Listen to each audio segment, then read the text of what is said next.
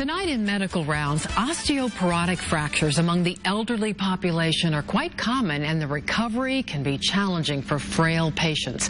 But at the Bone and Joint Institute at Hartford Hospital, there's a special program designed specifically to improve the care and outcomes of elderly patients with these osteoporotic fractures. And joining us live is Dr. Stephen Davis, director of the Fragility Fracture Program at the Bone and Joint Institute at Hartford Hospital. Good evening, Dr. Davis. Thanks for being with us tonight.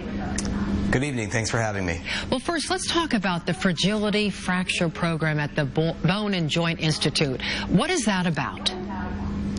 The goal is to make care of elderly patients with fragility fractures more streamlined and efficient, to get patients to the operating room more quickly, and then get them out of the hospital as soon as possible while decreasing complications. And let's talk about fragility fractures. What is that? Can you put that in layman's terms for us?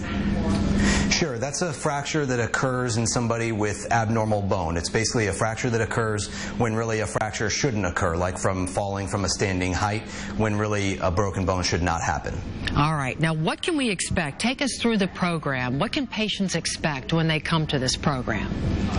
Our goal is to get these patients out of the emergency department as quickly as possible and upstairs to a room, and then to get them to the operating room as quickly as possible so that we can get their surgery done and start their physical therapy, and then hopefully get them out of the hospital either to home or to a rehab facility while decreasing the number of complications. That sounds great. And how does this all happen? How do falls and fractures occur in patients with osteoporosis or brittle bones?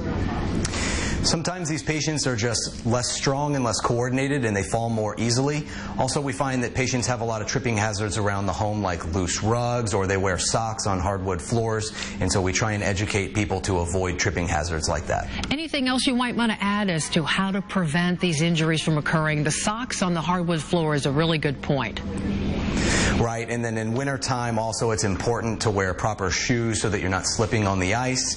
And then around the house we want to make sure that any loose obstructions like thresholds that need to be repaired are taken care of. Good to keep in mind. So now we know there's a place where you can get this kind of treatment if you have a fragility fracture. And we thank you so much, Dr. Davis, for sharing this great information with our viewers. I'm sure it's resonating with a lot of them out there right now.